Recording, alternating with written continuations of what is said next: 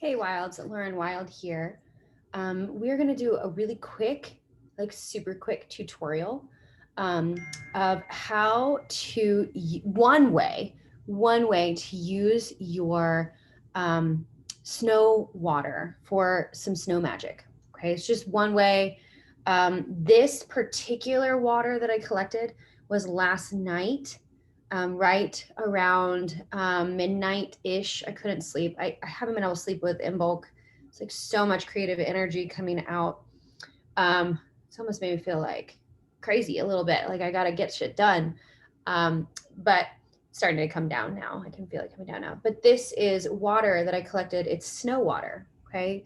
The whole thing was full of snow last night. I put it on my altar by Breed, and I asked her to bless it.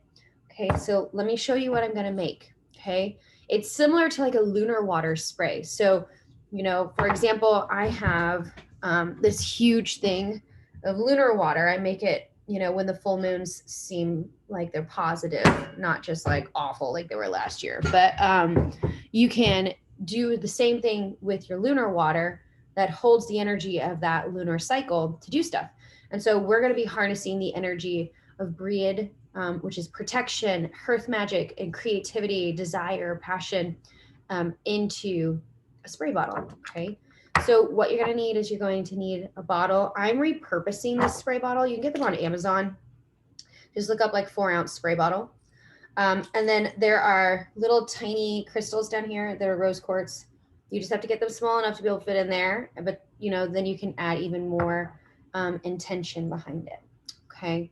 So I would use the same spell or the incantation that I gave you guys for Breed for your work. I'll post that below just in case you don't know what I'm talking about. But you're going to want a 4-ounce spray bottle. Okay. You're going to want either your snow magic water or your lunar water or just distilled water. Okay. And then you're going to want vodka. Yes, this is my good stuff, the potato vodka. But I don't have any distilled vodka right now. I haven't been drinking very much since I started my endometriosis and thyroid protocol last fall. So it's going to be the good stuff with Brie. Brie deserves the good stuff, right? The other thing you're going to need is you are going to need a funnel, unless you're really good at pouring, like I'm not. So I'm going to use a little funnel. I got these at the Dollar Tree, You're also going to want a pinch of salt. Let me get that from here really quick. I always use Celtic salt when I'm making sprays. It just seems right. I always take a little too. It's really grounding. Has a lot of grounding qualities, but it's also got a lot of electrolytes. Potassium is good for you. Okay. So the other thing you're going to want are going to be essential oils. Okay. So I'm a Young Living person. I used to be really big in Young Living. A lot of people don't know this, but I have like 7 certifications as an aromatherapist. That's how I actually got into the witchy world, was through aromatherapy. And I love my essential oils. So if you're not a Young Living person and you want access to oils, I don't really do the marketing business anymore. But if you want access to oils and like how to use them in a witchy medicine woman way, hit me up. You can go to my website, laurenwild.com, and under work with me, it says essential oils, and you can just order your starter kit right there. Okay. All right. That's all for that. So you got your jar, right? Now you're going to take a pinch of the salt first. Okay. So the salt goes in first. And the reason the salt goes in first is because it will hold the essential oils. So it will bind to the essential oils and they won't just float on top of the water. Okay. So there's just a little bit of salt in there. Okay. Actually, I'm going to put just a tiny bit more. The Celtic salt kind of like piles up more so, but you don't have to use Celtic salt. You can just use whatever salt. It's just what I like to use for my magic working. Okay. We have salt on the bottom, right? Okay. Next step is essential oils. So I have this really rare oil called Light the Fire by Young Living. It has cassia in it, so it's very, very spicy. If you don't have it, that's okay. Some of the more common oils that would have what I'm looking for to make something that would represent like fire energy, Breed and in bulk. Another one that's popular would be Christmas Spirit. Okay. That one's very hearth and home. One that most people get because it's in the starter kit would be Thieves. So you could totally use Thieves. It has cinnamon in it and clove. And then, last but not least would be, you can use lavender for everything. We call it the Swiss Army knife of oils because it works like that. Now, I have some other oils that I think are super powerful for witchcraft, okay? That especially Celtic witchcraft. But black pepper is powerful for pushing negative energy away. Juniper is very sacred to Breed, and it also helps with suppressed emotions, and it's a very protective quality. Fennel is also the same way. They used it to repel negativity and evil. And then clove is an incredibly protective oil. Okay. So another one that would be great to have in your arsenal would be rosemary. Rosemary is kind of like lavender. You can use it for everything. And then thyme, oregano, the culinary oils. The thing about essential oils is you don't need a lot. You just need like 1 drop and it's done. It's already distilled. And you can add it to your magical workings really, really easily versus like, doing cold fusions with oils or tinctures, which like I love to do, but it's amazing just to be able to do like boop, 1 drop of oil that holds all this energy. It's powerful. Okay. All right. So that's enough about that. All right. So I've got my salt. I've got my bottle, and then I'm going to do 4 drops of Light Your Fire. And so I'm asking the plant ally and I'm asking Breed, please help me connect to my truest passion. Please help me connect to my truest power. Please help me connect to my Dharma. Please protect me, my children, my hearth, my home. Thank you. And so it is. Okay. Oh my God, it smells so good. I love the smell of cassia. Smells so good. All right. So I'm going to do, let's see how many drops are going to come out. 1, 2, 3, 4. Yeah, that's good. All right. So I'm going to do 4 drops of that.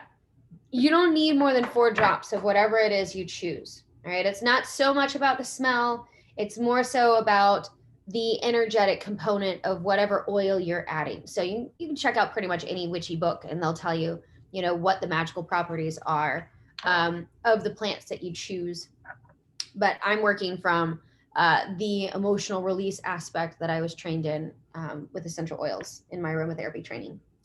So I am care certified. Okay, then I'm going to do 3 drops of juniper. Protect us, please.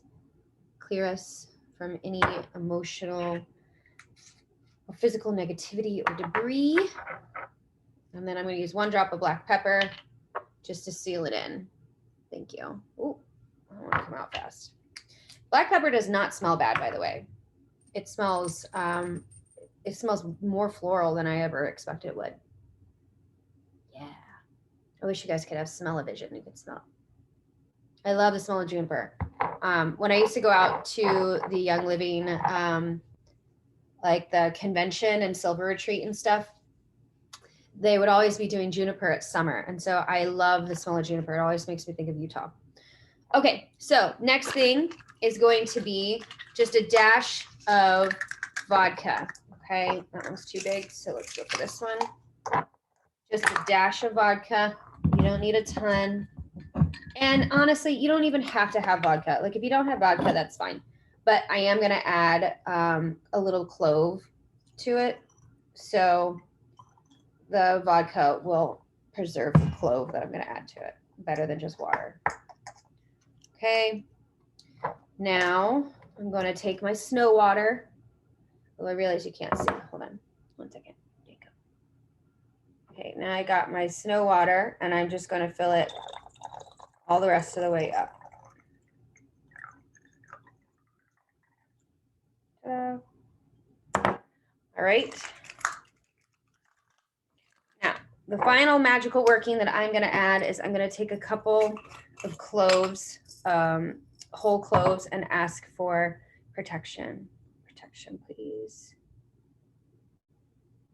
Let's do 3. Never the goddess. Yeah, feels right. Okay, now once you have that, stick your lid on. Okay. Filled it just a little too much. Go back and forth. It's funny because that cassia is in there and it has like this like slight yellow look to it because it's a strong one. And you just want to rock it back and forth a couple of times. Okay, you can just ask for protection. And then, ta-da, you have a room spray, you have a protective spray, you can spray your doors down with it, the inside and the out. You could spray your closets, you could spray your scarves, anything that you want to have a protective quality over it. And then, just label it, right? So like I have an old label I need to cover. So I would like put Breed's symbol on here. I would look up Breed's, she's like a heart with like a Celtic cross in it and try to draw it.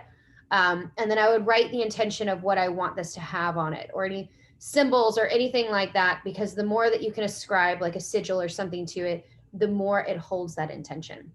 And then I would just put this like, in like on my hearth and use it to spray things. So hopefully this was helpful for you guys. Let me know and I will check you later. Okay. Oh, one more thing is that these are some of the things that I do on Patreon in my school. So if you're like interested in learning how to do this stuff, go to my Patreon / Wild Alchemy School or my website, laurenwild.com, and you can see all the many things that I do. If you want astrology reading, tarot reading, whatever it is. But I love, love, love to bring plant magic back into my daily life because it gets me out of my head. I feel like I'm always talking, I'm always teaching, and like spending time with the smells and the plants and my hands like brings me back to the love of this work. Okay, so there you go. Hopefully this was helpful for you guys. See you later. Okay.